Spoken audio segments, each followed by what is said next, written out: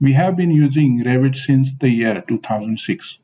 In those days, we used to receive the AutoCAD or the PDF files as the input drawings for the Revit models. We all know how much time and money is spent on that.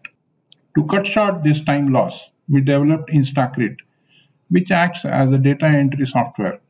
We proposed to the RC designer to put forward a design in the form of table. In that table, we proposed to write down the foundations, columns, beams, and slab details in front of grid points.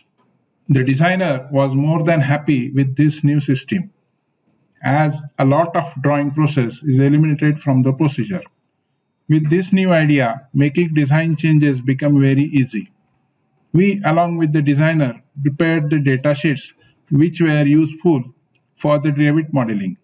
And then, according to those datasheets, we designed the dialog boxes. Once the datasheets are ready, the Revit modeling became an effortless job. So, in the end, the designer was happy, the Revit modeler was happy.